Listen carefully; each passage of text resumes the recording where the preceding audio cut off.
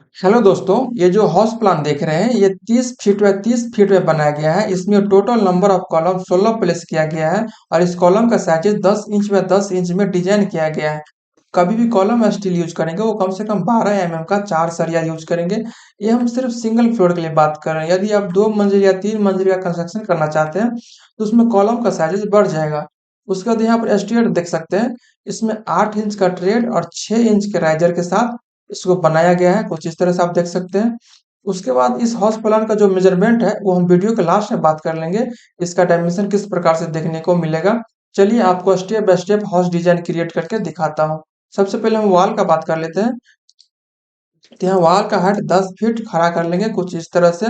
चारों तरफ देख सकते हैं। दोस्तों आप कभी भी घर का कंस्ट्रक्शन करेंगे तो उसमें आउटर वॉल का थिकनेस 10 इंच रखेंगे और इनर वॉल का थिकनेस आप 5 इंच रख सकते हैं। आउटर वॉल का थिकनेस 10 इंच रखने का मेन पर्पस यह है दोस्तों कि आपके सेफ्टी पर्पस के लिए सही रहेगा। उसके बाद यहाँ पर हम बात कर लेते हैं प्लिंथ हाइट का। तो प्लिंथ हाइट यहाँ पे आपको 4 फीट का देखने को मिलेगा। कुछ इस तरह से आप देख सकते हैं। आप अपने हिसाब से रख सकते हैं एज पर साइट कंडीशन। यहाँ पे प्लिंथ हाइट रखने का मेन पर्पस ये है कि आपके वॉल में सीलन प्रवेश नहीं कर सके नीचे से ऊपर तक। उसके बाद देख सकते हैं यहाँ पर आपका स्टेप मिलेगा एंट्री करने के लिए। ये आपका फर्स्ट बेडरूम हो गया। इसका भी 10 फीट हाइट इरेक्ट कर लेंगे। ये आपका सेकेंड बेडरूम है। सेकेंड बेडरूम का भी वॉल का हाइट 10 फीट खड़ा कर लेंगे कुछ इस तरह से। उसके बाद ये आपका किचन हो गया। किचन का भी वॉल का हाइट 10 फीट कुछ इस तरह से खड़ा कर लेंगे। ये आपका थर्ड बेडरूम हो गया। उसके साथ आपका कॉमन बाथरूम भी मिलेगा। उसके बाद दोस्तों इस हाउस प्लान का जो डोर का साइज है वो हम बात कर लेते हैं। तो सबसे पहले फर्स्ट बेडरूम का देख लेते हैं। तो यहाँ पे जो डोर का डिजाइन किया गया है वो 3 फीट बाय 7 फीट में बनाया गया है। कुछ इस तरह से देख सकते हैं। उसके ऊपर 3 फीट का वॉल देखने को मिलेगा। इसको कॉलम में मिला लेंगे।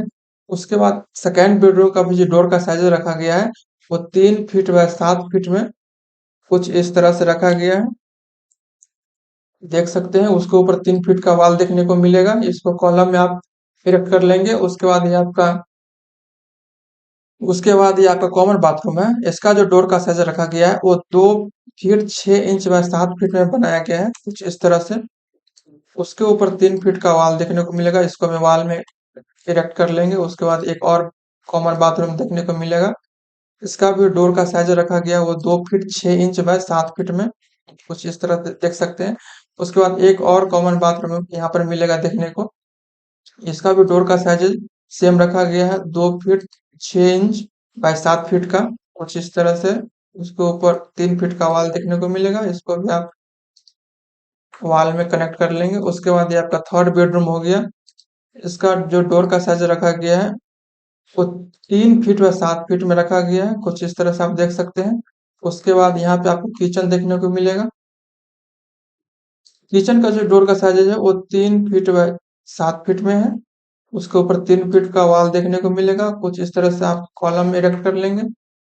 उसके बाद दोस्तों चलिए इसका हम विंडो का बात कर लेते हैं। सबसे पहले हम फ्रंट का बात कर लेते हैं। फ्रंट में आपको किचन और एक बेडरूम देखने को मिलेगा।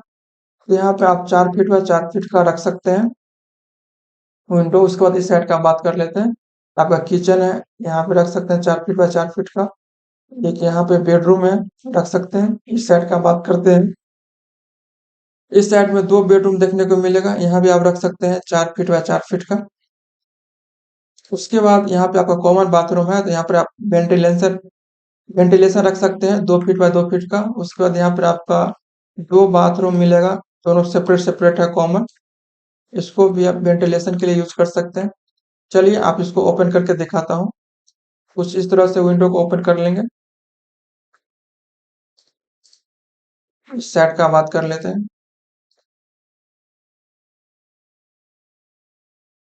उसके बाद इस साइड का भी ओपन कर लेते हैं।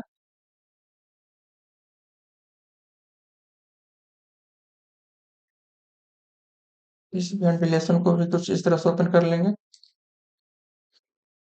आपका ये वेंटिलेशन रखने का मेन पर्पस है कि आपके बाथरूम का जो एयर सर्कुलेशन है वो बिल्कुल सही रहे। उसके बाद इस हाउस प्लान में पेंट करने के बाद और फर्नीचर सेटअप करने के बाद कुछ इस तरह से आपका मकान देखने को मिलेगा, देख सकते हैं। ये आपका फ्रंट हो गया, ये आपका फर्स्ट बेडरूम हो गया, सेकेंड बेडरूम हो गया, थर्ड बेडरूम हो गया। आपका बाथरूम 3 देखने को मिलेगा। ये आपका तीनों कॉमन हो गया, एक ये और तीसरा ये हो गया। उसके बाद ये आपका किचन हो गया। उसके बाद यहाँ पे आप देख सकते हैं स्टेयर यू शेप में बनाया गया है, कुछ इस तरह से आपको देखने को मिलेगा। ये आपका बरामदा हो गया। चलिए इस हाउस प्लान का आपको हम मेजरमेंट करके दिखाते हैं। ये house plan 30 feet by 30 feet में बनाया गया है। उसके बाद इसका हम डिस्कशन कर लेते हैं, इसका रूम का मेजरमेंट। इसका देख सकते हैं, जो रूम का साइजेज है वो 10 फीट बाय 12 फीट में फर्स्ट बेडरूम का साइजेज है, और सेकेंड बेडरूम का साइजेज है कुछ इस तरह से। सेम है 10 फीट बाय 12 फीट का। उसके बाद थर्ड बेडरूम का रूम का साइजेज कुछ इस तरह से आप देख सकते हैं। इसका भी 10 feet by 11 feet third bedroom का साइजेज है।